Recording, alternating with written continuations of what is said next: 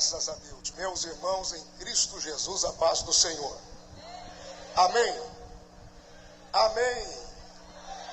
Quantos querem ouvir uma mensagem de Deus agora? Diga: eu quero. Eu quero fazer um pedido. O pastor Cizino e o pastor Reuel me deixaram à vontade. Então eu quero pedir que o Jackson e a Thalita adorem a Jesus com uma canção agora. Por favor, pode ser, Jackson? Antes que eu ministre, eu vou pedir ao Jackson e a Thalita, porque o louvor tem essa graça, esse poder de preparar a terra dos nossos corações. E dentro de alguns instantes eu venho com uma palavra de Deus para a sua vida. Muito obrigado por você dar a oportunidade, porque eu não pude chamar mais cantor, porque passou do horário. Mas Thalita, vem cá, meu filho, vocês dois aqui. Muito obrigado, irmão Moisés. Pertence lá ao desafio jovem o samaritano. Muito obrigado. É lá do pastor Moisés. Muito obrigado. Amém. Deus abençoe vocês, irmão. Queridos, digam assim comigo: 40 minutos. Diga 40 minutos. Diga no máximo 45. Bate no braço do irmão do seu lado, diga: vale a pena esperar. Jackson e Thalita adorando a Jesus.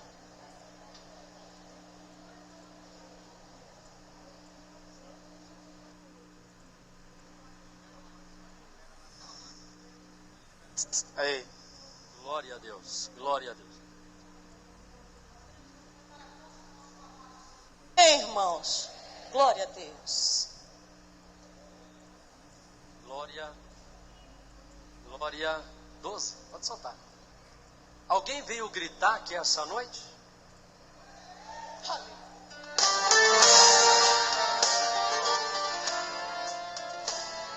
Se Deus mandou você fazer, faça, irmão. Primeira volta, nenhum tremor, nenhum sinal, nada muda. Parece até uma promessa absurda de uma muralha gigantesca irão outro dia, mais uma volta, porém nada se ouviu. Por 7 dias essa cena se repetiu, mas a promessa ardia em seus corações. 6 voltas, por 6 dias é ordem do Senhor voltar. No 7º dia, mais 7 vezes operar. 7 sacerdotes levarão 7 buzinas. Prepare os ouvidos, pois quando o som da trombeta ecoar, com grande força todo o povo irá gritar, e desses muros não se restarão ruínas.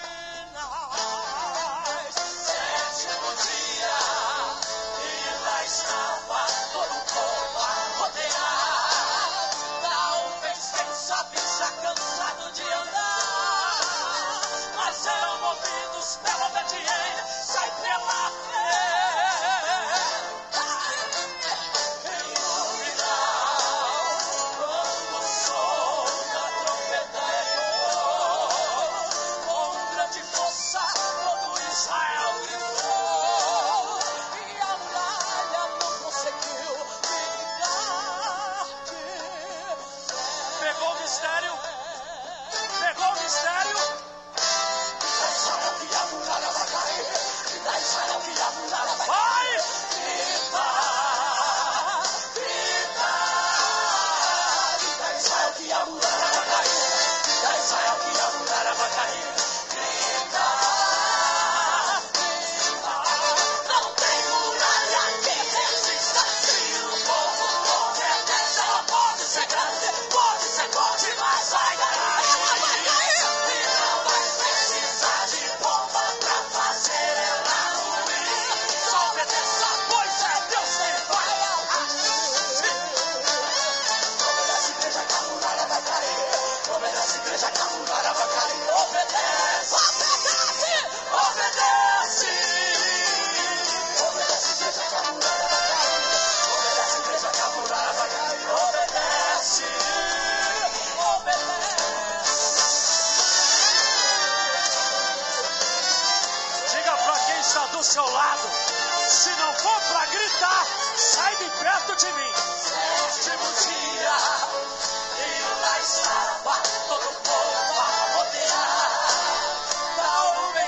sabe, está cansado de andar, mas serão movidos pela obediência e pela fé.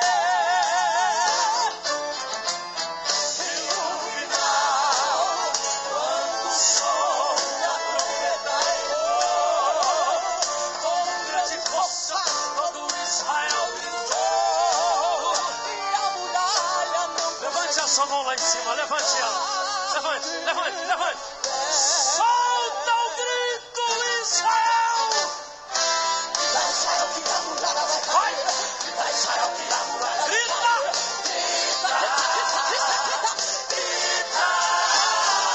Grita Israel que a muralha vai cair. Grita Israel que a muralha vai cair. Vai! Grita, não tem muralha que resista se o povo obedece. Ela pode ser grande, pode ser forte, mas sai daí. Ela vai cair. E não vai precisar de bomba pra fazer ela ruir. Só obedeça, pois é Deus quem vai dar. Ele vai agir por você. Obedece, igreja, que a muralha vai cair. Obedece, igreja, que a muralha vai cair. Obedece. Obedece. Obedece. Obedece, igreja, que a muralha vai cair. Obedece, igreja, que a muralha vai cair. Obedece. Obedece.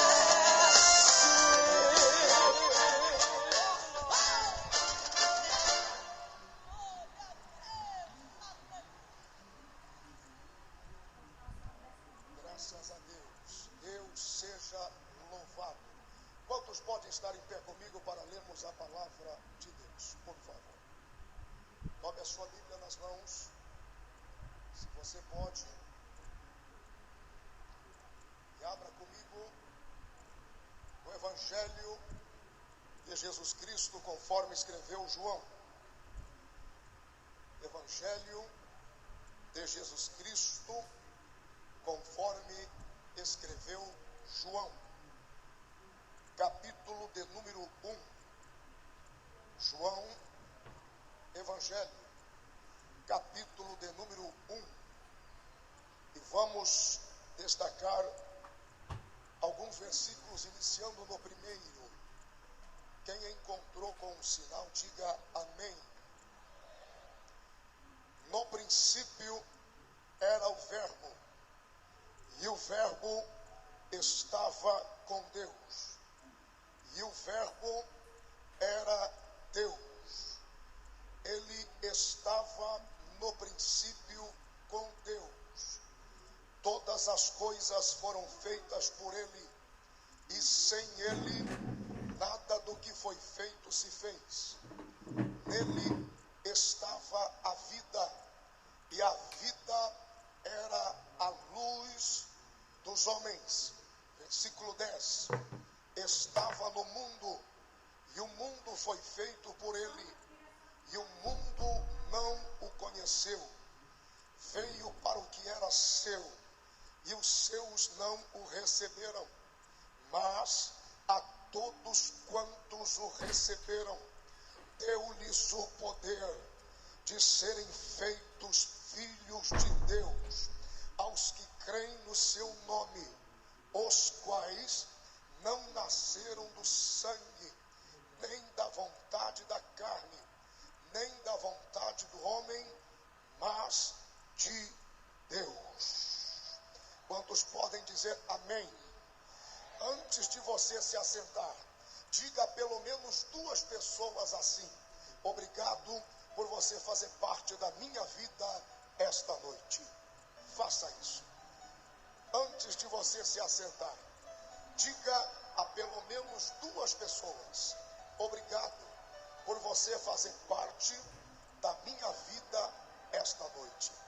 E depois que você fizer isso, tome o seu assento e prepare o seu coração para ouvirmos a palavra de Deus. Aleluia, aleluia. Deus seja louvado. Queridos, eu estou muito feliz. É sempre muito bom ministrar em Camboriú. É sempre muito bom ministrar nos Gideões Missionários da Última Hora. estou completando junto com os irmãos 11 anos de parceria, 10 anos de ministração, porque nesse período houve um ano em que não pude estar aqui. Eu trago um abraço do meu pastor presidente, pastor Isaías Cardoso dos Santos, lá da Assembleia de Deus em Foz do Iguaçu, primeiro vice-presidente da nossa convenção estadual. Que Deus abençoe pastor Isaías e a igreja em Foz que nos assiste. Obrigado mais uma vez ao pastor Cezino Bernardino e à missionária Elma. Se o senhor me aceitar, eu vou em dezembro de novo. Fechado? Então, eu e minha esposa. Foi muito agradável, queridos. É que não se pode levar muita gente naturalmente, mas o dia que você puder fazer um Natal missionário com o pastor Cezino, a sua vida nunca mais vai ser a mesma. Foi muito bom. Foi o melhor dezembro de toda essa história linda que Deus está escrevendo. Pastor Cezino, muito obrigado. Irmã Elma, foi demais. Pastor Roel, missionária Giane Bernardino. Pastor, muito obrigado. O senhor é um homem de Deus. E eu devo muito a Deus e ao senhor pelo carinho, pela ajuda de sempre. Obrigado, pastor. Deus abençoe a todos os amigos em nossa retaguarda, especialmente o pastor Paulo Marcelo. Obrigado por ter ficado, companheiro. Eu sei que a correria é grande. Somos lá de Foz do Iguaçu. Obrigado pelo carinho de ter ficado. Sinara, sua esposa. Pastores, Elias Torral, Wagner, Ítalo, Vanderlei Cassiliano, Samuel, Trovão, Alex. É muita gente. Deus abençoe a todos em nome de Jesus. Pastor Samuel Bezerra, pastor Jander Magalhães. Deus abençoe a todos. Obrigado. Pastor Arcelino, esposa. Deus abençoe a todos em nome de Jesus. Deus abençoe a comitiva de Guaratinguetá, pastor Afonso e obreiros, aonde nós também cooperamos há tantos anos. Onde estão? Levante a mão um pouquinho lá em cima. Lá estão. Deus abençoe, querido pastor Natanael. Deus abençoe em nome de Jesus. Eu estou muito feliz. É muita gente para lembrar. Eu quero só pedir uma coisa, a gentileza. Quando eu terminar de pregar, e não vou falar muito tempo não, mas espero falar o suficiente. Quando eu terminar de ministrar, eu gostaria de pedir à irmã Valquíria de Oliveira. Onde está a irmã Valquíria? Para adorar a Jesus com uma canção. Amém, irmã Valquíria? Eu quero pedir aos meus amigos que eu adotei. Cadê o André e Felipe? Eu quero que vocês cantem depois da irmã Valquíria, tá bom? Onde está a irmã Eliane Fernandes? A irmã vai adorar a Jesus. Aí depois a coordenação assume tudo, tá bom? Fiquem preparados nessa ordem, por favor. Queridos, quando você sair aqui do ginásio, ali em frente à farmácia, você tem uma tenda ou um stand onde está sendo vendido as Bíblias comentadas pelo pastor Alderino Nelson Rocha. A Bíblia cronológica e a Bíblia revelada, comentada verso por verso do Antigo Testamento, do Novo Testamento. Se você não conhece, vale a pena conhecer. Eu recomendo. Deus abençoe em nome de Jesus. Levante o rosto e preste atenção. Queridos, o texto que eu li é um texto conhecido de todos nós. Eu li sobre o Verbo. E nós sabemos que Jesus, o Verbo de Deus, que esteve no princípio com Deus, ele agora é entronizado junto de seus dias e vem com um propósito específico, exclusivo, único de Deus. Eu preciso que você redobre a sua atenção para aquilo que você vai ouvir agora. O Evangelho de João, no capítulo 1, ele consta aquilo que eu chamo de o Gênesis do Novo Testamento. Nós conhecemos o Gênesis do Antigo Testamento. Você tem, dentro dessa perspectiva de observação, de estudo, de entendimento, 2 Gênesis que estão ligados profeticamente com um propósito único de Deus. Eles se assemelham. Quando você abre o livro do Gênesis, no capítulo 1, e você lê os 3 primeiros versículos, no princípio criou Deus os céus e a terra. E a terra era sem forma e vazia. Havia trevas, havia abismo. O Espírito de Deus pairava sobre a face das águas. Repita comigo: o Espírito de Deus se movia sobre a face das águas. Outra vez, diga: o Espírito de Deus se movia. Dá para você repetir o gesto comigo? Faça assim: se movia, se movia, se movia, e nada acontecia. Enquanto o Espírito Santo só se movia, nada efetivamente aconteceu. Só aconteceu a partir do verso de número 3, quando a palavra surgiu. No verso de número 3, e disse Deus: haja luz. Então houve luz. E Deus entende que era muito melhor trabalhar com a luz acesa. E ele faz nítida separação entre a luz e as trevas. Aqui nós temos 2 observações bastante interessantes. Primeiro, o Espírito Santo se movia, se movia, se movia. Havia um processo sobrenatural, incubado, processado, mas nada acontece sem que a palavra surja. Primeira coisa que eu preciso que você ouça: não importa o quanto você se mova, você não vai a lugar nenhum sem uma palavra. Não importa o quanto você se movimente, você não vai a lugar nenhum sem uma palavra. Eu conheço dezenas, centenas de pessoas que entra ano, sai ano, são de grande movimento. Sobe monte, desce monte, sobe vigília, desce vigília, são de constante movimento. Mas nem todo movimento é avanço, é caminho. Não importa o quanto você se movimente, você precisa de uma palavra. A Bíblia diz no Salmo 119, versículo 105, lâmpada para os meus pés é a tua palavra, e luz para os meus caminhos. Eu posso me movimentar. Isto aqui é movimento, movimento, movimento, movimento. Mas não saí do lugar. Não fui para lugar nenhum.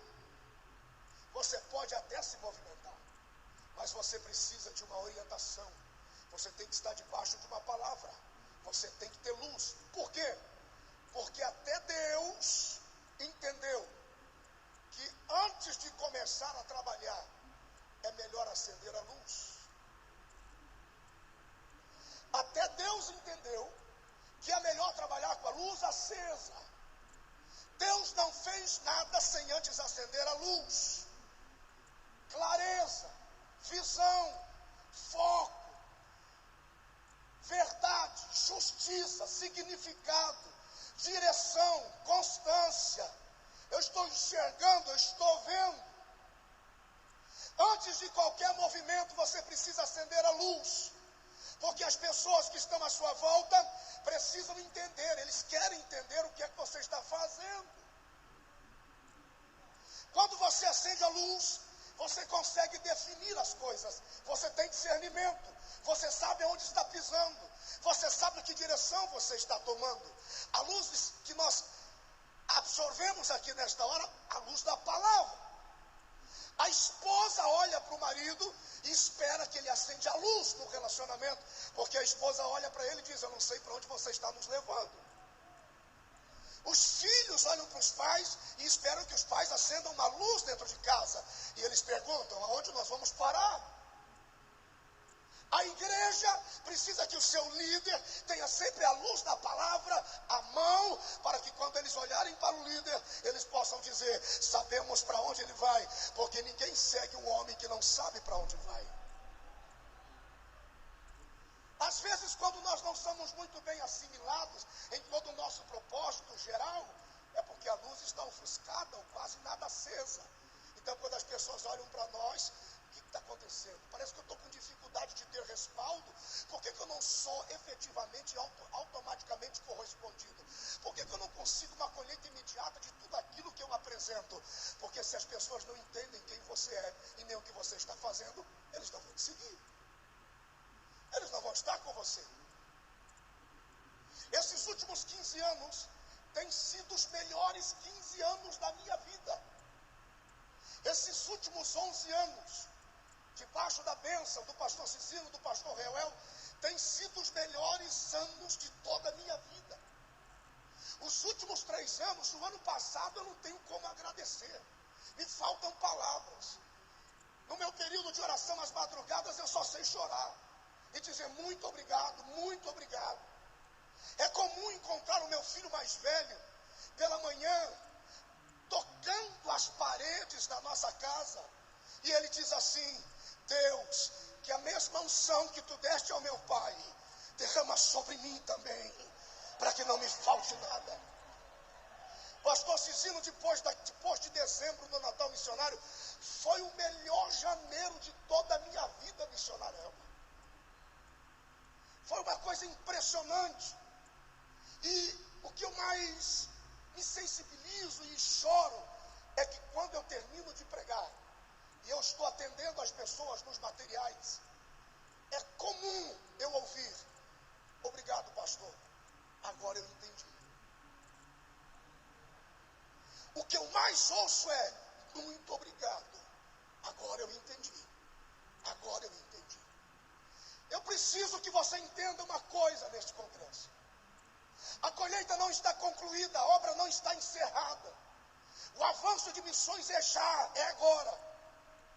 Só que se você não entender de onde vem toda a motivação, qual é a origem, se você não respeitar de onde vem os fundamentos, você não valoriza o final. Nós temos os 2 Gênesis, ok? No primeiro temos Deus acendendo a luz.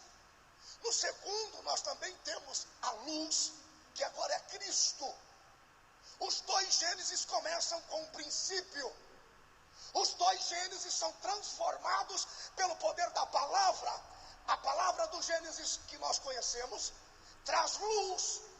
E a palavra do Gênesis do Novo Testamento, em João capítulo 1, também revela a luz. Olharam para João Batista e perguntaram: o senhor é a luz? Ele disse: não, mas eu sou aquele que testifico da luz. E quando Cristo habita entre eles, viram uma grande luz. Na Galileia dos gentios, da além do Jordão, resplandeceu uma luz e já não havia mais trevas.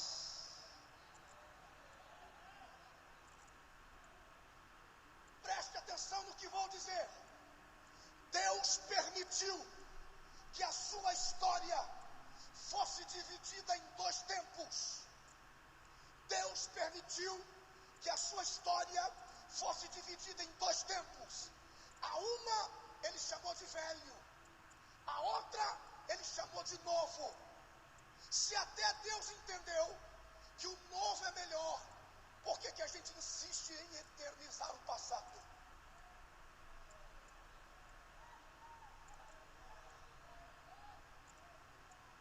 Se até Deus disse: a partir daqui, o que passou é velho, porque a partir daqui, tudo que vai vir será novo. Nós estamos habituados a abraçar e a absorver conceitos finais, que a gente ouve e aceita porque passamos a vida toda ouvindo. Só que quando você não analisa, quando você não respeita a origem, a raiz, de onde veio o conceito, você não dá valor. Eu vou dizer para você: Deus é amor. Para alguns, não muda nada dentro dele ouvir uma palavra como essa, por exemplo. Você encontra pessoas andando, andarilhos, pobres, bêbados, prostitutas aí pela rua, muitas vezes com camisetas falando sobre o amor de Deus. Não importa se você não tiver conhecimento e respeito de onde veio, porque Deus é amor, você não valoriza o todo. Você fica com aquela expressão final, mas no primeiro instante de prova, de luta, de aflição, você pode não suportar, porque você descobre que esse amor de Deus tem hora que está confuso. Eu estava ouvindo o pastor Anderson do Carmo ministrando com a pastora Flor de Lis. Achei fantástico o testemunho da família, dos filhos, aquele amor revelado. Achei fantástico aquilo. Você está acostumado a ouvir essa expressão: nós nascemos para adorar, então temos que adorar. Você percebe que nem todo mundo atende a esse chamado de adoração. Por quê? Porque o homem não nasceu para adorar a Deus. Escute, o homem não nasceu para adorar a Deus. Pastor, peraí, o senhor está pegando uma curva teológica. Vamos entrar na epístola aos Hebreus, no capítulo 1. Se até os anjos adoram, quem é o homem para não adorar? Irmão, não atropele as coisas. Já estamos em processo de entronização do Cordeiro. Preste atenção. Quando você conhece a origem, você valoriza o final. E nós dizemos, adore porque você tem que adorar. E muita gente não absorve a atmosfera da adoração. Por quê? Porque ele não valoriza a origem. Porque o ponto de partida é, o homem não foi criado para adorar a Deus. Como não, pastor? Livro do Gênesis, capítulo 1, versículo 28. E Deus os abençoou. E Deus lhes disse, frutificai, multiplicai, enchei a terra e domine a terra, sujeitando-a. O homem foi criado para dominar. O homem foi criado para o domínio. Por que que não havia necessidade do homem adorar? Porque ele era a extensão de Deus. A sua imagem e semelhança o colocava conectado com Deus. E não havia necessidade de uma referência externa. Tudo que havia, do nada o Senhor fez tudo e colocou o homem para o domínio. Debaixo de Deus, a maior autoridade na terra era o homem. E o homem agora recebe de Deus um tratamento diferenciado de todo o resto. Para a grande floresta, Deus disse, cresça, suja e apareça. Mas para o homem, Deus não disse apareça. Mas ele diz, façamos o homem a nossa imagem e semelhança. E há uma transferência.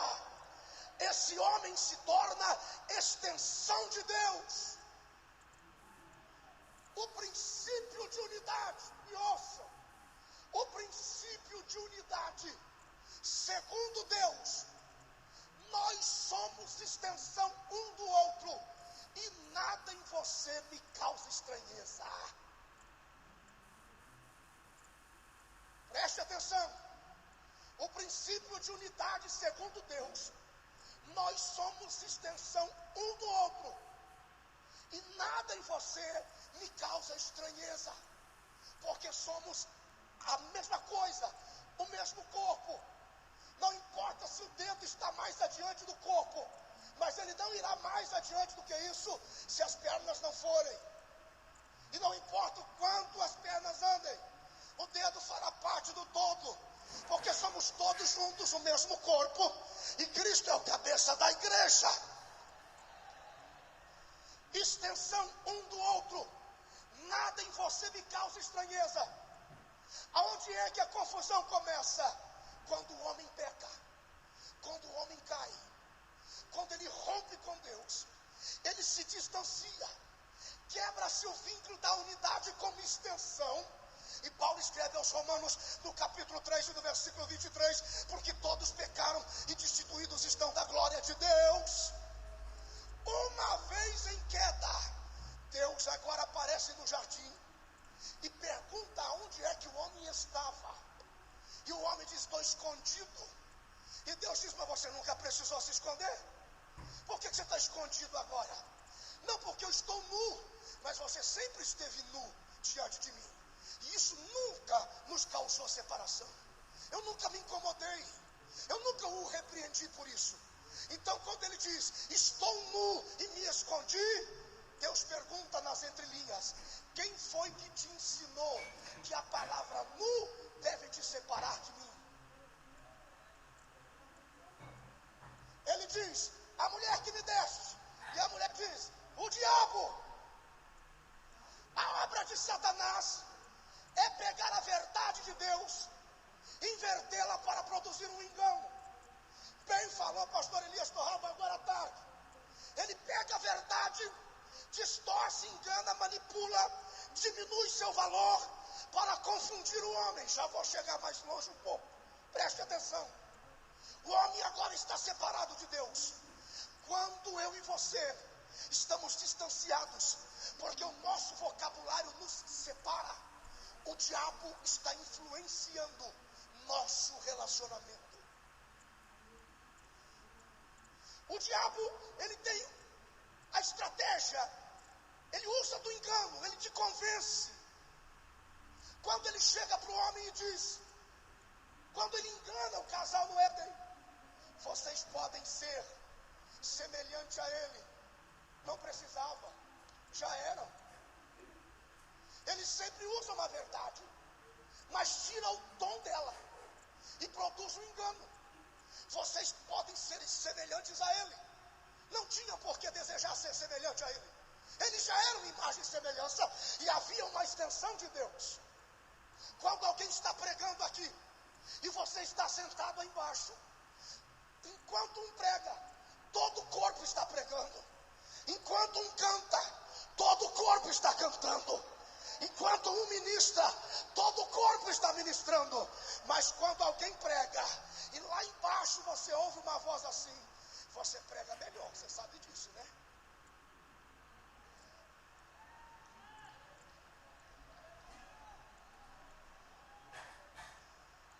Escuta, ele chamou fulana para cantar. Você canta muito melhor. Muito melhor. De onde vem essa voz? Do inferno. Até hoje o diabo quer atrapalhar a extensão da unidade de Deus. Quando a mente do homem está caída, destruída espiritualmente, os valores do vocabulário do inferno predominam sobre ele. Nas entrelinhas Deus está dizendo assim, quem foi que te deu o direito de se separar de mim? Dando outra tradução à palavra, o céu, as palavras pejorativas de carne, lascívia, prostituição, mentira, pecado, engano e outras mais que não preciso nem verbalizar, não fazem sentido para Deus no céu. Isso não habita lá, isso nos distancia aqui, a nós. E quando a gente tem o tom pejorativo do inferno, nós nos separamos. É porque eu não posso olhar você diferente, porque te vejo como um pedaço de carne. É porque eu não posso te dar um abraço de carinho e de irmão, porque parece que eu estou te aliciando, ou parece que eu estou tentando tirar alguma coisa de você. E Deus está dizendo, quem te ensinou a se separar de teu irmão pela avaliação que o mundo dá? O sangue de Jesus tem poder. Olha onde nós vamos chegar. Escute isso. Escute isso.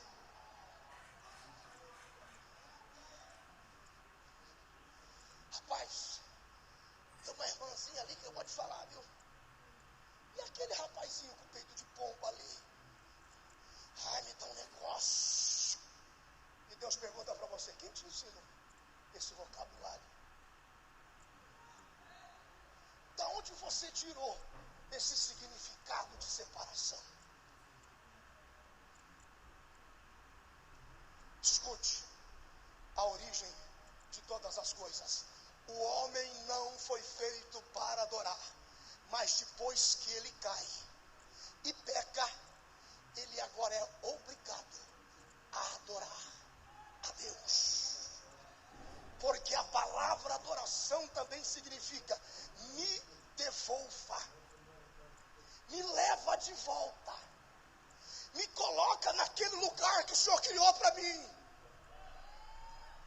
Eu percebo o esforço dos cantores, dos ministros de louvor, dos ministérios de louvor das igrejas. Muitas vezes o ministério está cantando e interagindo com o povo. Levanta a mão, não levanta. Dá glória, não dá glória. Chora comigo, não chora. Adora com seu irmão, não adora. Todos nós agora em queda somos obrigados a adorar. A adoração nos mantém no curso de volta para Deus, porque todos pecaram, distanciados estão da glória de Deus, e Deus procura verdadeiros adoradores que o adorem em espírito e em verdade. Quando você adora, você está dizendo: Deus, apaga tudo o erro e me coloca de volta no lugar do teu Éden, no lugar do teu prazer, no lugar da tua presença. A adoração agora é necessária. Às vezes eu vejo alguém calado, resistente, não quer adorar, não quer interagir. Bom, é tipo assim: todo indivíduo na Bíblia que já andava com Deus e tinha uma estreita comunhão com Deus, porque algumas pessoas não adoram, porque pensam que já são muito íntimos de Deus. Bom, todos os íntimos de Deus, Ele tomou para si. Então eu vou orar para que Deus te leve.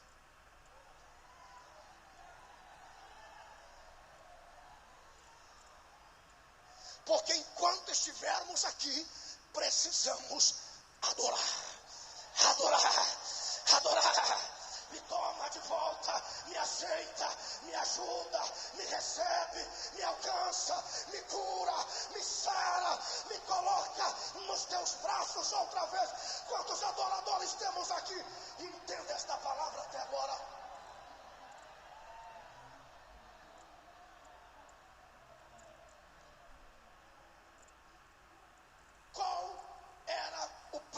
Original de Deus.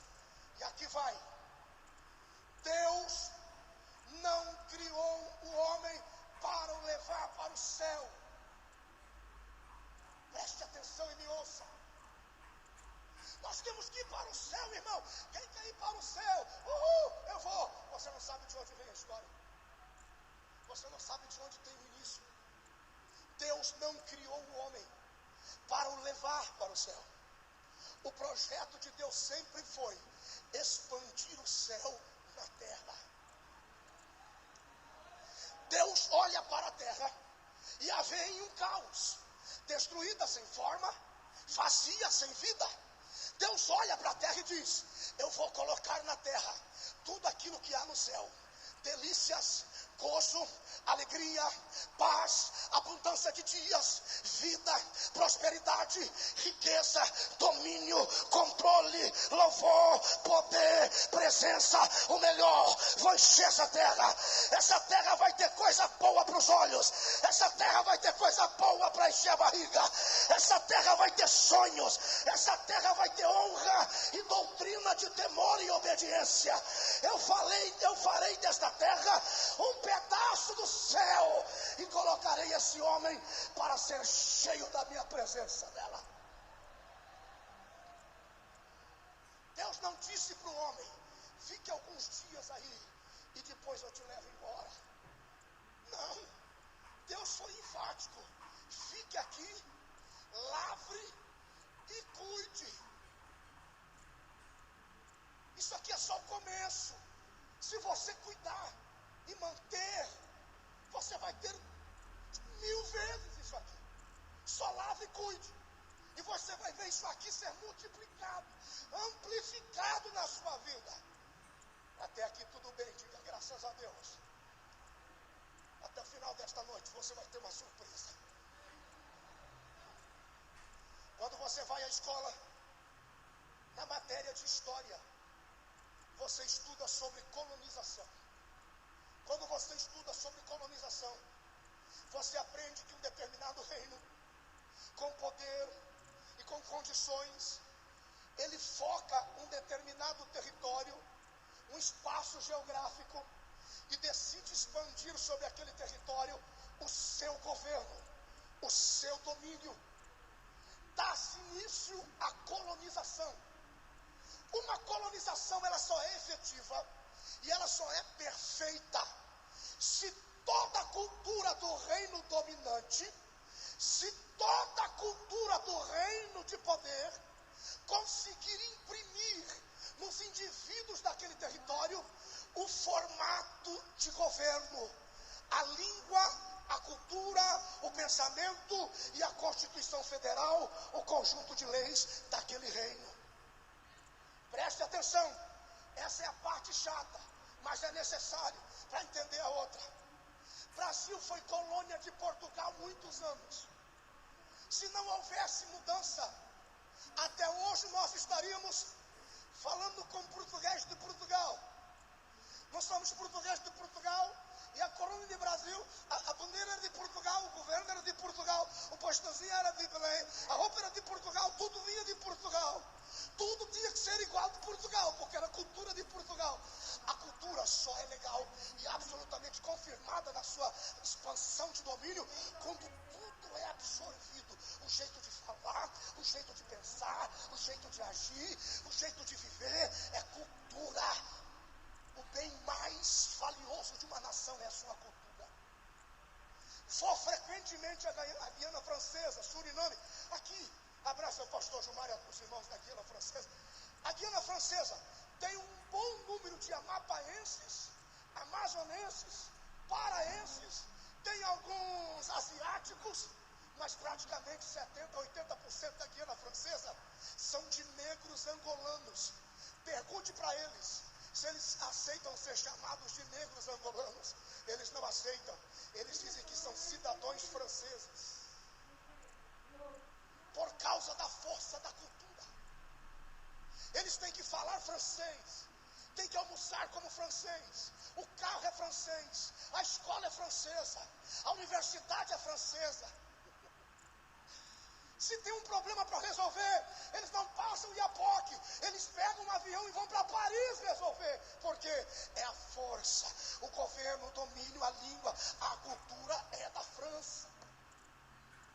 Só existe uma coisa que detém uma colônia ou uma colonização. E o que é, pastor? O grito de independência. Quando você grita independência, você tem que avaliar do que você está se tornando independente. Quando o Brasil se cansou de tudo que vinha de Portugal, tudo era de Portugal. Imagine você, os índios todos peladinhos, luzinhos, aquele sol tropical, vem de Portugal com um vestidão cá no pé, com um vestidão cá no braço. E o índio tem que vestir roupa de Portugal, mas eu sempre andei pelado, mas agora vai vestir roupa de Portugal. Pensavam que os índios estavam endemoniados, mas eles estavam irritados com aquele roupão de um lugar que tem 0 grau, menos 10, menos 12, em um país tropical, com temperatura justamente ainda, Belém e Amazonas e toda aquela região, com calor, Bahia, misericórdia, era muito calor. A terra ainda estava virgem, a selva ainda era pura, o pulmão do mundo era milhares de vezes maior do que hoje. Então o calor, a umidade era muito grande. Mas um dia, o Brasil olha para Portugal e diz: independência ou morte. Quando um território grita independência, ele está dizendo: eu não quero mais nenhuma influência dessa cultura, eu não quero mais nada que venha daí, eu não quero idioma, eu não quero comportamento, pensamento, atitude, eu não quero nada, porque quem manda na minha vida sou eu, e nós queremos autonomia como nação. Não pegou? Você pega agora. Lúcifer sabia do plano de Deus para a terra. Lúcifer sabia do plano de Deus para o homem. Lúcifer tem um ódio terrível do homem, porque Lúcifer nunca foi extensão de Deus, apenas um ser criado. O homem era parte de Deus, extensão de Deus. Por isso que ele tentou medir forças com Deus, porque quando você não está junto comigo, você quer competir comigo. Quando você não está junto comigo, você quer tirar o que eu tenho. Isso é antigo, vem lá do Éden, é voz de Satanás. Mas quando nós estamos juntos, nós somos juntos. A vitória é nossa, a alegria é nossa, a conquista é nossa, a realização é toda nossa.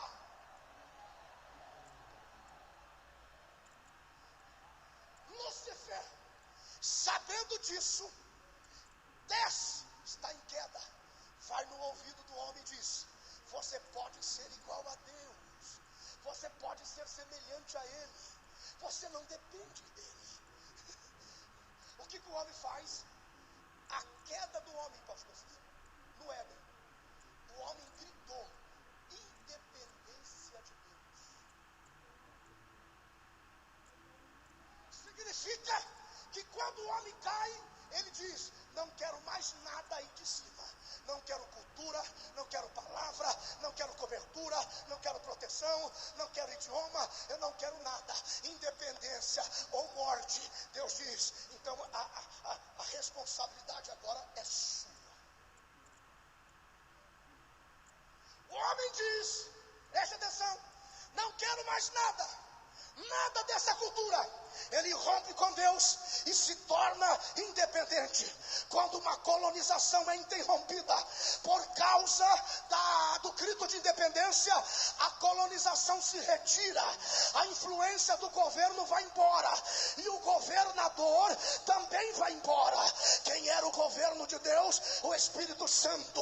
No livro do Gênesis, no capítulo de número 6 e no versículo de número 3, a Bíblia diz: o meu Espírito não governará mais este homem, porque tornou-se carnal. E Deus agora tira toda a sua influência do homem. Quando a influência de Deus sai, quem é que assume o governo? O diabo. Quando o diabo assume o governo, a Bíblia diz no Evangelho de Lucas, capítulo 4, versículos 5 e 6, Jesus está triunfando sobre o jejum. Ele está agora sendo tentado por Satanás, e Satanás diz assim: está vendo os reinos, está vendo o poder, está vendo toda essa glória? Se você me adorar prostrado, a ti te darei, porque eu tenho, porque a mim me foi dado. Quem deu? O homem deu o direito ao governo e ao domínio de Satanás na sua vida. Quando o homem está em pecado, longe de Deus, o governo do homem é o inferno. O padrão dele vem de Salve Jorge, o padrão dele vem de Malhação, o padrão dele vem do inferno, o padrão de família vem do vômito do inferno, porque o padrão do governo é de Deus, não é mais de Deus, mas do diabo. Quando o diabo assumiu o governo, o primeiro ato de Satanás, que dura até hoje, foi a destruição da família.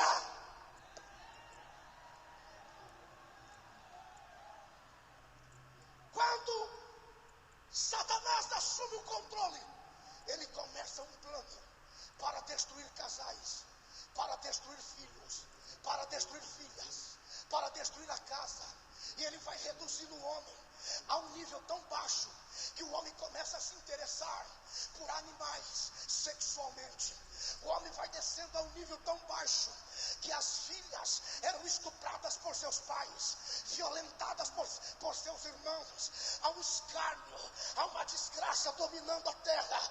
Essa desgraça, ela tenta se erguer em bandeira até nos dias de hoje. Satanás ainda pensa que ele está no controle do domínio, mas a partir desta noite, ele não pede por esperar. Ele vai saber quem tem o governo do Brasil e quem tem o governo da igreja. Quem está me ouvindo até aqui, fala alguma coisa.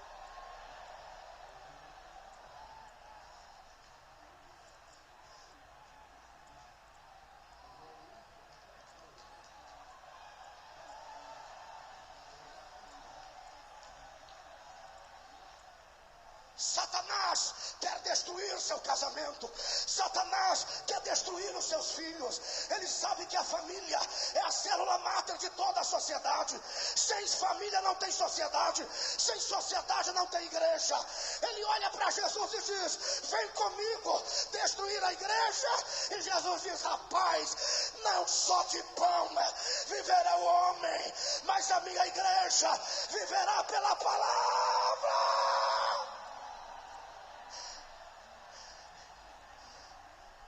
Você vai descobrir agora por quê.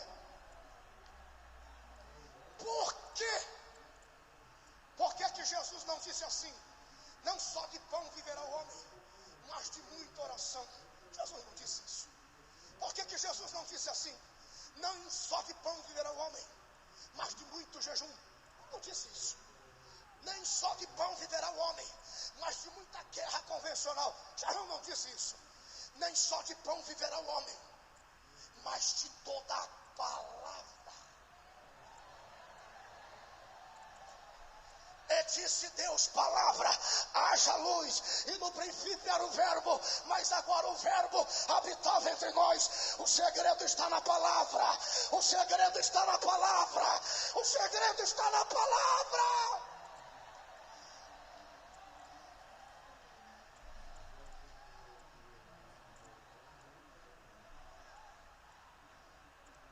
Você ainda não entendeu, mas vai entender.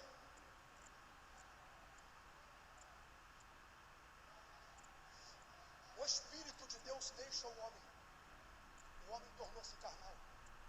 A terra está entregue ao domínio de Satanás.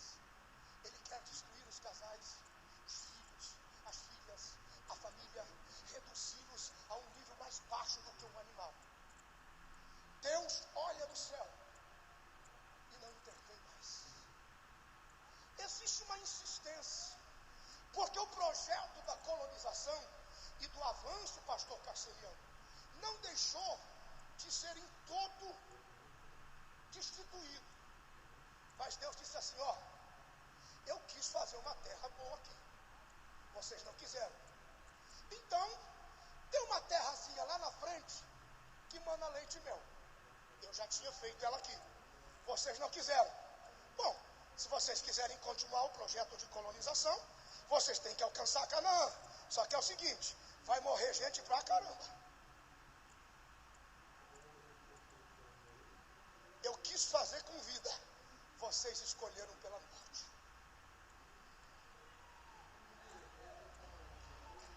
Eu quis sustentar a sua casa com vida, você escolheu a morte. Eu quis sustentar pela vida. Ah, mas Deus tem oportunidade? Tem, ó. Canaã, tá vendo? Ali, ó, tá vendo? Manda leite e mel. Só que tem um monte de zeu para matar. Vai morrer gente, vai virar uma desgraça essa terra. As pessoas perguntam o que Deus está fazendo. Parece que ele não faz nada. Absolutamente. Enquanto o governo for de Satanás, predomina o governo que tem domínio sobre você. O dia que você acorda e diz, não quero mais o reino do diabo, mas quero o reino de Deus, a coisa muda. E Deus assume o controle de volta. Quem tem ouvidos, ouça.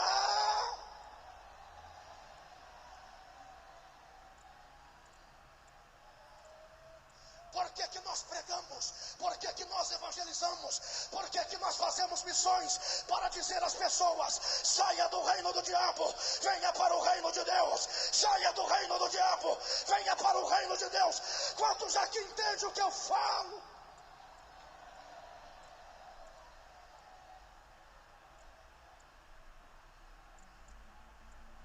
É por isso que pregamos.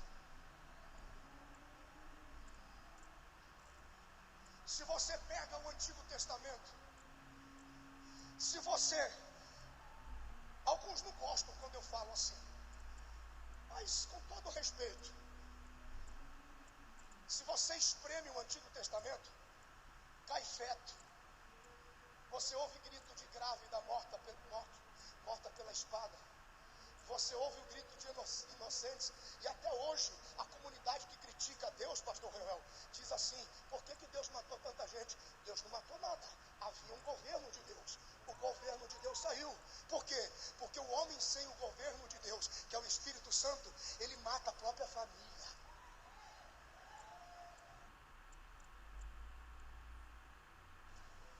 Eu vou só tirar o meu governo para ver o que vai sobrar para o resto de vocês. Você passa o Antigo Testamento inteiro. Espada, mata, fura, quecepa, mata as crianças, mata todo mundo. Mata mais impressionante. E é sangue, mata a criança, mata a gente, mata todo mundo. O que Deus está fazendo? Nada. Deus só disse assim, vocês têm que chegar em Canaã. E eles entenderam que deveriam chegar a Canaã a qualquer custo.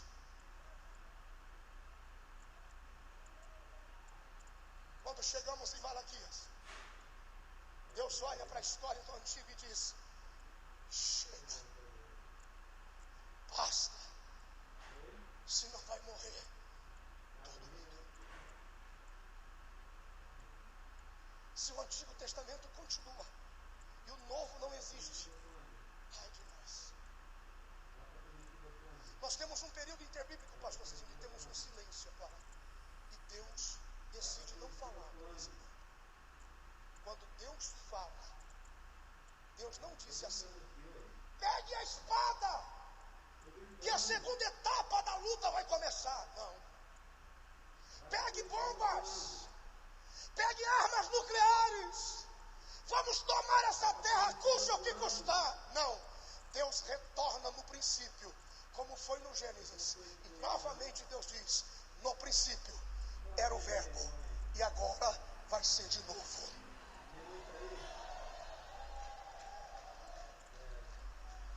Deus começa pela palavra.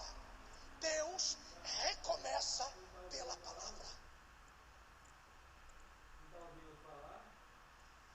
Jesus é a palavra de Deus, a luz que veio para iluminar nossos pés e o nosso caminho. Eu sou o caminho, a verdade e a vida, e ninguém vai para o Pai se não for por mim. Quando Jesus ele surge, ele é o verbo de Deus revelado a todos nós. E quando Jesus surge, ele não traz uma espada, ele não traz violência, ele não traz guerra. Alguns discípulos disseram: vamos orar para que caia fogo do céu e os consuma. E Jesus disse: eu não vim mais matar ninguém, eu vim dar vida, e vida em abundância. Eu não vim mais matar ninguém, eu vim trazer vida. Chega de morte, é um tempo de vida. Escute, quando Jesus aparece, a mensagem de introdução, a mensagem de abertura de Jesus, não foi: eu vim para a cruz.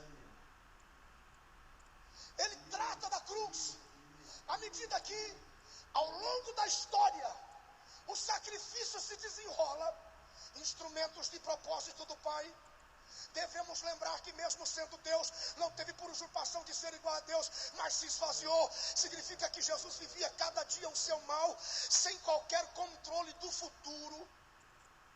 À medida que as coisas lhe são dadas, ele recebe, entrega, reparte, compartilha. Mas você vê Jesus constantemente sendo pego de surpresa por algumas situações, porque ele não tinha o controle de Deus. Ele preferiu ser um homem normal. Ele aconselhava seus discípulos: basta para cada dia o seu mal, vamos um dia de cada vez. Até aqui tudo bem. Quando Jesus surge, no Evangelho de Mateus capítulo 9, versículo 35, a Bíblia diz: e surgiu Jesus anunciando o Evangelho do Reino de Deus. E quando ele pregava o Evangelho do Reino de Deus, e tendo terminado de anunciar o Evangelho, ele curava a todos, ele libertava a todos, ele transformava a todos. Jesus estava dizendo: vocês precisam de ajuda, vocês precisam de socorro, então vocês precisam do princípio, vocês necessitam de como era.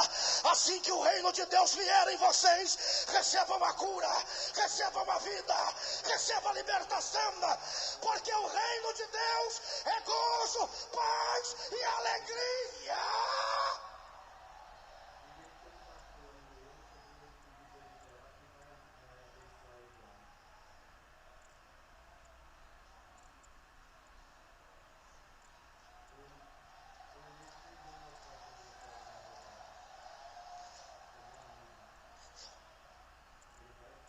O diabo, o que esse pastor está falando, onde é que ele vai chegar? O diabo vai fazer de tudo para você ouvir sobre o reino e não entender. O profeta Oséias, pastor Samuel Bezerra, no capítulo 4, no versículo 6, a primeira expressão: o meu povo foi derrotado, machucado, destruído, porque os demônios eram muito poderosos. Não. O meu povo foi destruído, porque as ações de privilégios de Satanás sempre sobressaíam. Não. Irmão, corta o meu coração quando a palavra desaparece do nosso púlpito, porque o povo foi destruído porque não tinha conhecimento. Nós não fomos ensinados a pensar do ponto de vista do reino. Eu vejo alguns líderes, porque nós temos que fazer a obra do reino. O que é a obra do reino? Divide uma igreja ali, divide outra ali, bota uma na esquina ali, bota outra na esquina lá, bota outra na esquina lá. É que eu estou com visão de reino, é que eu estou com visão de reino. Uma casa dividida não prospera, um reino não se dilacera, ele é estável, compacto e único. O diabo vai fazer de tudo para você não conhecer. Ele tem que te deixar ignorante, porque enquanto você só ouve e não absorve, ele não tem medo, ele não se preocupa com nada. Quando Jesus está principiando a parábola do semeador, em Mateus capítulo 13, a partir do verso 13 e 14, os discípulos perguntam: por que o Senhor só fala com a gente em particular e não fala para todos eles? Jesus disse: porque eles têm olhos e não conseguem ver, eles têm ouvidos e não conseguem ouvir. Aí os discípulos não entendem. Por que, Senhor? Qual é a dificuldade? E tendo semeado a semente à beira do caminho, o diabo veio como uma ave e a levou. E diz Jesus, explicando a parábola: aquela semente é a palavra do reino. O diabo quer fazer de tudo para que a minha e a sua luta, para que a minha e a sua peleja seja entre nós. Não vou deixá-los ignorantes, não vou colocar conhecimento da palavra neles. Eles vão achar que peleja é brigar entre eles. O que foi, meu irmão? Por que o senhor está triste? Ah, pastor, o diabo está contra mim. Por que o diabo está contra você? Porque eu queria ser o maestro do coral esse ano e o meu pastor não me colocou. É o vento do inimigo tentando me destruir. Que luta incrível! Que batalha fantástica! Pastor, o diabo está contra mim. Por que, meu irmão? Porque eu procurei um estacionamento no pátio da igreja e não achei um lugar para colocar o meu carro. Fui embora para casa, bem nervosinho. Irmão, quando você está debaixo de confrontos, acusações e pelejas, que os demônios e a obra de Satanás está resolvendo na sua vida, o diabo não se preocupa, ele não põe nem a mão. Qualquer demôniozinho te atrapalha, mas quando você abre os ouvidos, quando você abre os olhos, quando você olha para a palavra e quando você começa a absorver qual é a vontade de Deus, que você não é cauda, não é cabeça, que você não é um miserável que se limita à membresia de uma instituição, mas que tu és membro de um reino poderoso e que a glória de Deus pode se exaltar nesta terra. Quando o diabo descobre que você aprende o reino, ele pessoalmente vem contra você.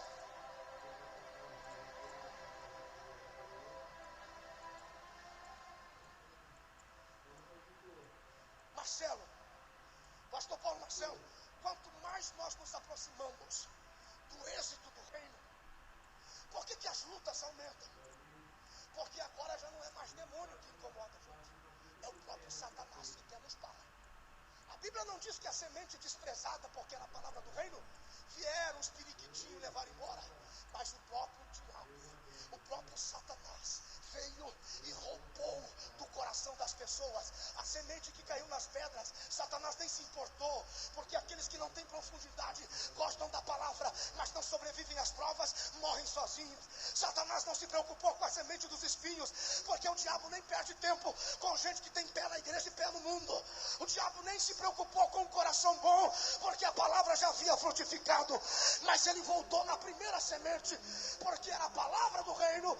Eu tenho que levar esta palavra embora, porque se ele ouvir, se ela aprender, ela não tem noção da glória que vai descer sobre ela, e ele morre de medo disso.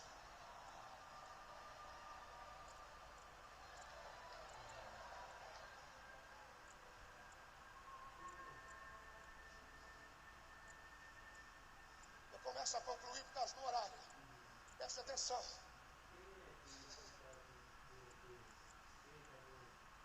No Evangelho de Mateus, capítulo de número 5, versículo de número 3 diz: bem-aventurado os pobres de espírito, porque deles é o reino de Deus. Traduzindo esse versículo: bem-aventurado aqueles que se esvaziam e se empobrecem em si mesmos, porque não abre mão de outra coisa, se o reino de Deus não for com eles. O Senhor Jesus está dizendo: quando a pobreza de espírito vier sobre você, é porque o clamor do reino está te dizendo: se levanta, porque você é melhor do que isso. Se levanta, porque você tem mais sorte do que essas que você já viveu até agora. Quando o apóstolo Paulo entendeu a questão do novo em relação ao reino, ele escreve no Evangelho, na carta de Paulo aos Romanos, capítulo 12, versículo 2: não vos conformeis com este mundo, que significa, não aceite este modelo de governo. Não aceite esse padrão de governo. Mata, assassina, passa por cima, prostitui, engana, destrói. Não, transformai-vos pela renovação do vosso entendimento. A palavra renovação tem um prefixo re, que significa volte atrás. Não vos conformeis com este mundo, mas volte para onde? Volte para o princípio, volte porque como era, volte no princípio, porque quando você voltar no princípio, experimentareis a boa, agradável e perfeita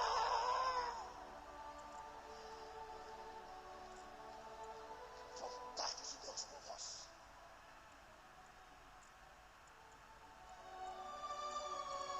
Escute isso.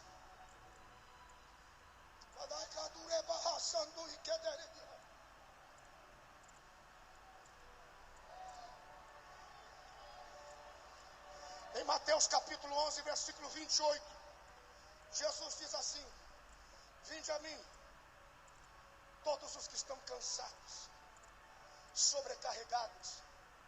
Ó, quem tem ouvidos para ouvir, ouça. Senhor, eu estou cansado da cobrança da igreja. A instituição me quer perfeito. A instituição me cobra todo dia. Eu não aguento. Senhor, ele diz assim: ainda bem que você se cansou, porque agora você vai aprender que eu não te chamei para ser filho de religião. Eu te chamei para ser cidadão do céu aqui na terra.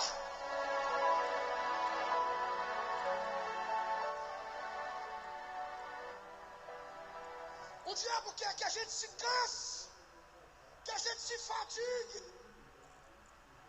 Nós olhamos para a cruz e paramos a obra de Jesus na cruz. A cruz não foi um fim em si mesmo.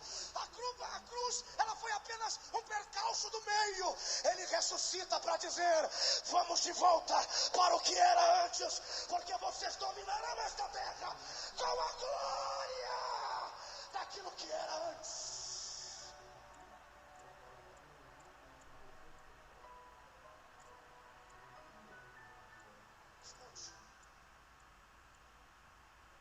Quando Jesus está concluindo a sua obra, no capítulo 17 do Evangelho de João, Jesus está dizendo assim: Senhor, esses que estão comigo, não é que são meus, eles só estão comigo porque o Senhor me deu.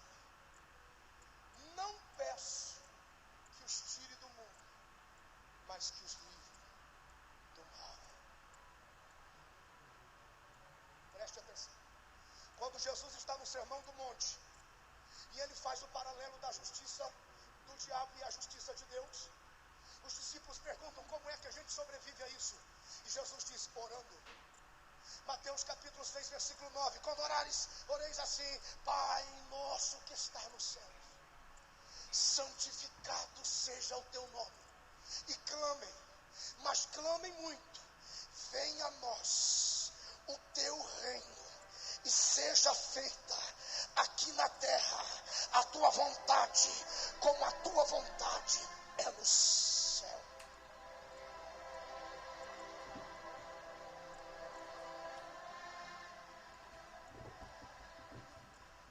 Senhor Jesus, quando vai se despedindo dos seus discípulos, em Lucas capítulo 22, versículo 29, ele diz: aquilo que o meu Pai me deu, eu confiro a vocês. A palavra conferir tem raiz política de imposição ou entrega de autoridade. Você confere. Essa palavra de conferir, ela é usada para quando você levanta embaixadores que representam uma nação inteira. O cargo de prefeito é importante? É, mas a senhora representa um município. O cargo de governador é importante? É, mas se limita a um estado. O cargo de deputado é importante? É, mas você representa o seu colegiado. O cargo de senador é importante? É, mas você é limitado. Agora o cargo de embaixador não. Você representa toda uma nação. Aonde o embaixador chega, aquele reino chegou junto.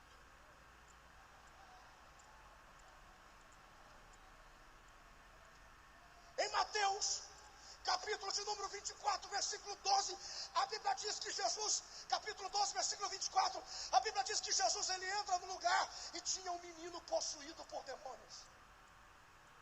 Ele chega para o menino e diz: demônios, saiam desta criança agora, sai. Os demônios saem.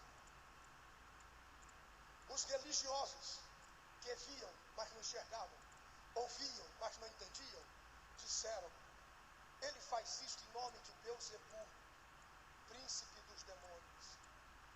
Jesus olha para eles e diz assim: ei, eu pensei que vocês fossem mais inteligentes. Se a glória e o poder de um reino se mede pelo espaço geográfico que ele tem em domínio e em controle, e eu estou tirando demônios em nome de demônio, então essa casa está sendo dividida. Significa que o inferno está perdendo terreno. Uma casa dividida não prospera. Agora, se o que eu faço é pelo Espírito de Deus, é porque o reino de Deus chegou. Não, eu vou explicar de novo, porque o diabo vai fazer de tudo para você não guardar. Você é destruído pela falta do conhecimento, porque quando recebe não valoriza e não respeita. Eu vou falar de novo. Se a glória, o êxito, o domínio, o poder de um reino se mede pelo espaço que ele ocupa, quem é o Senhor da sua casa?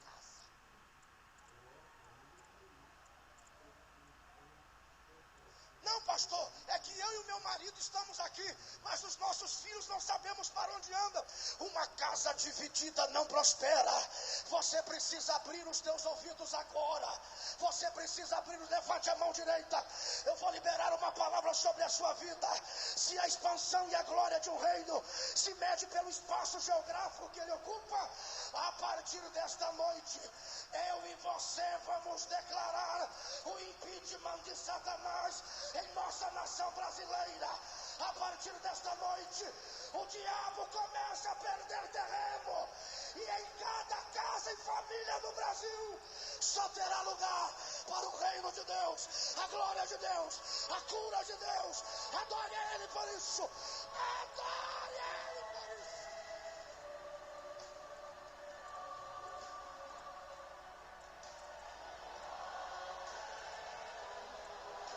Fazer missões é dizer ao inferno: acabou. Fazer missões é dizer ao diabo: você não manda aqui, você não manda na minha casa, você não manda na minha família. É confrontá-lo, é pesado, porque é ele mesmo quem vem, mas resistir ao diabo e ele fugirá. Sai, sai, sai, sai, sai, sai da minha casa, sai da minha família, sai.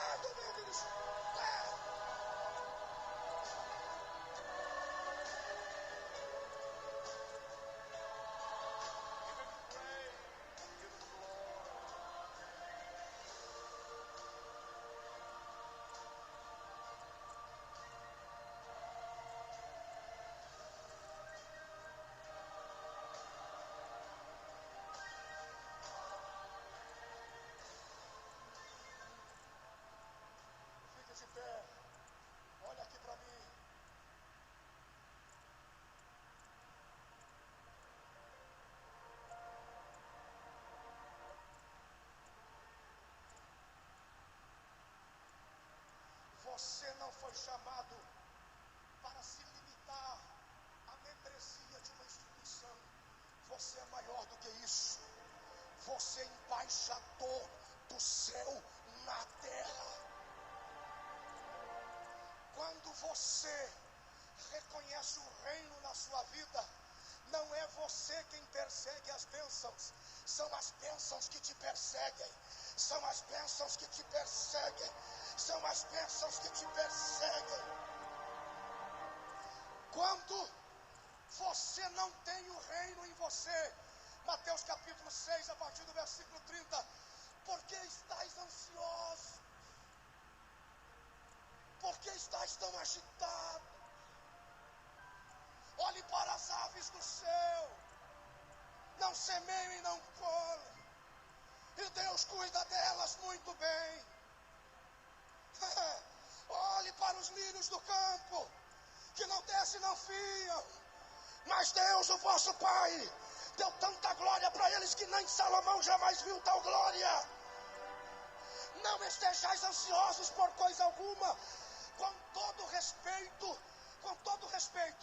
Jesus nunca pregou prosperidade, porque a prosperidade não tem necessidade de ser pregada. Se você está debaixo do reino, Mateus 6:33, buscai primeiro o reino de Deus e a sua justiça. Quando o reino chegar,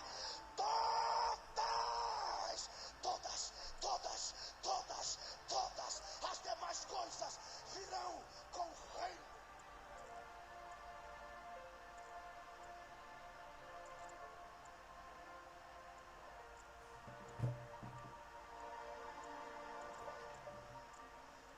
Recebe o reino de Deus aí. Preste atenção, fique de pé, preste atenção. Evangelho de João. Agora eu fecho os textos. Capítulo 3, do verso 1 ao 7. Nicodemos, à noite, escondido. A personificação da justiça de Deus estava em Nicodemos. Significa que Nicodemos, junto com o Sinédrio, representavam a verdade naqueles dias. Quando o povo olhava para o Sinédrio, eles viam os anais da história, 1500 anos sendo contadas, desde que Moisés absorve toda a lei, reparte a sua unção com 70, passa pelo período dos juízes, as transformações no período monárquico, encerra com Salomão, divide o reino, há uma série de transformações. O Sinédrio agora politicamente é reformado, porque o interesse de César, o interesse de Herodes era o dinheiro, era a cobrança de impostos. Então tudo bem, vocês querem fé? Eu vou construir uma igreja para vocês, fiquem com a igreja de vocês e me tragam dinheiro de César. A verdade que deveria ser a verdade já não era mais. Quem tem ouvidos ouça o que o Espírito Santo diz a esta igreja. Nicodemos se aproxima de Jesus e diz: Ninguém pode fazer as coisas que tu fazes se Deus não for com ele.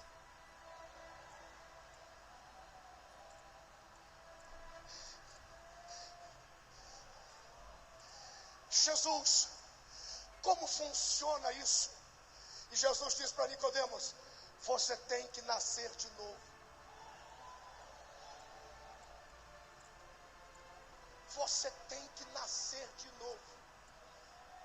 O velho Nicodemos, achando que era a personificação da verdade, não entendeu. Senhor, como é que pode um homem velho voltar para o ventre de minha mãe? Cabeça dura, vê, mas não enxerga, não entende, ouve, mas não aprende. Eu não entendi, pastor. Evangelho de João, capítulo 1, versículo 10, 11, 12, 13 e 14.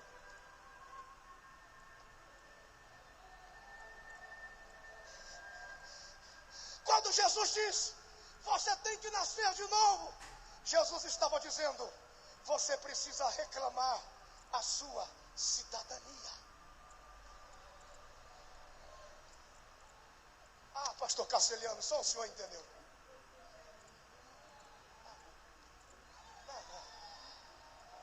Vocês estão brincando comigo. Como é que funciona, Jesus? Você tem que nascer de novo. Como é que nasce de novo? Reclame o seu direito de filho.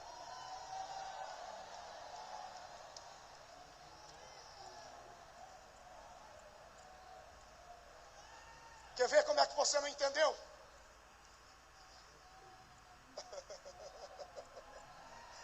Quer ver como é que você não entendeu?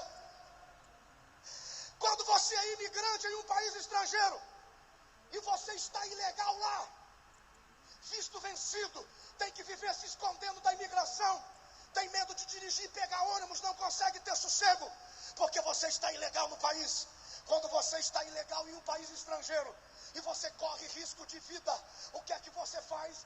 Você tem que dar um jeito de alcançar a embaixada do seu país. Quando você coloca o pé lá, você tem proteção.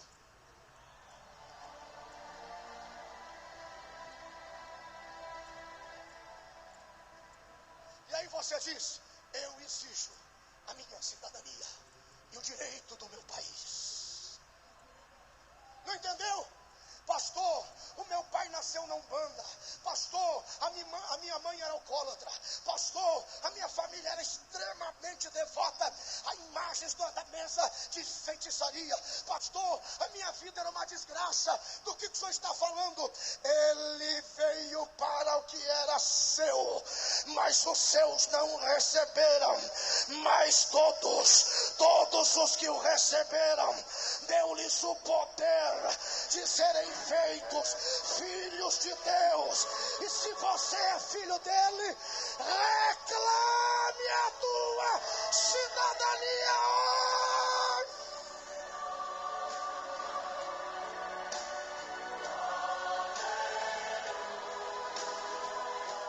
Se o reino dele tem cura, pede a cura. Se o reino dele tem vida, pede a vida. Se o reino dele tem restituição, pega agora.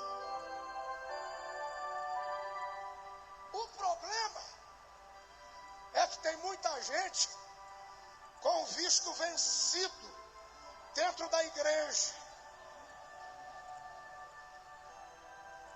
Só renova o visto na ceia. Dá mais um carimbinho aí, o visto não dura nem uma semana. Para você receber a cidadania de um país, você tem que ter absorvido toda a cultura. Você tem que conhecer as leis do país. Você tem que falar o idioma do país. Você tem que andar na postura desse país. Se você não conhece nada, você não tem direito. Mas se você já recebeu algum dia a palavra, o Espírito Santo, as línguas estranhas, se prepara. Deus te levanta esta noite como embaixador nesta terra. Adore a Ele por isso.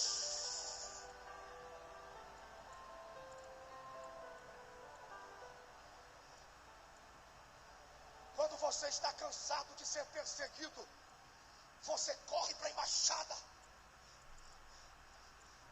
e você diz: não suporto mais. Quer ver? Uma coisa bem simples. Esta noite o Senhor quer te dar a cidadania celestial de uma vez por todas. Aonde o reino de Deus chega a cura, chega o poder, chega a vida, chega a paz, chega a libertação. E vou dizer mais: basta um membro da família receber a cidadania, que tu e a tua casa receberão o direito da herança.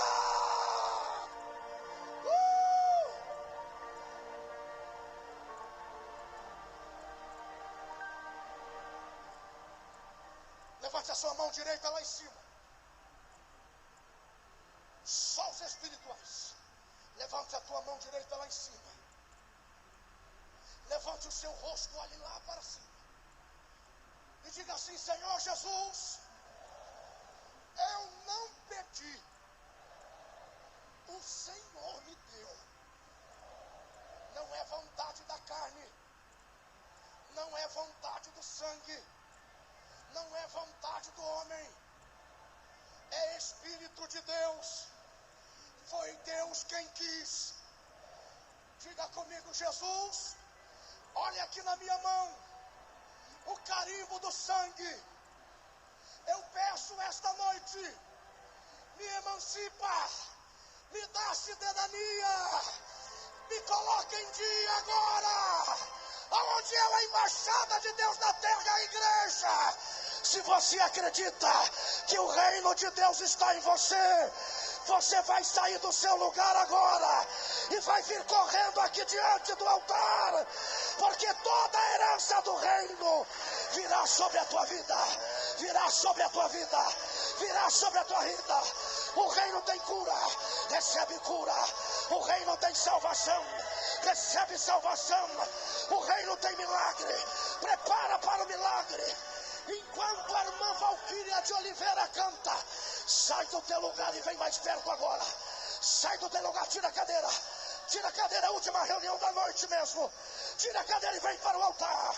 Quando a irmã Valquíria terminar de cantar, eu vou orar por você. Peça o reino agora. Vai amontoando as cadeiras, uma em cima da outra, para que haja espaço para toda a multidão. Irmã Valquíria, adore a Jesus, e logo eu vou orar. Venha reclamar o reino, venha reclamar a tua cidadania, venha receber o teu direito. Para de viver fugindo com visto vencido. Você é cidadão do céu. Chegou o teu momento, chegou a tua hora, e o anjo vem trazendo a tua vitória. Chegou o teu momento, chegou a tua hora, mas chegou o teu momento, chegou a tua hora.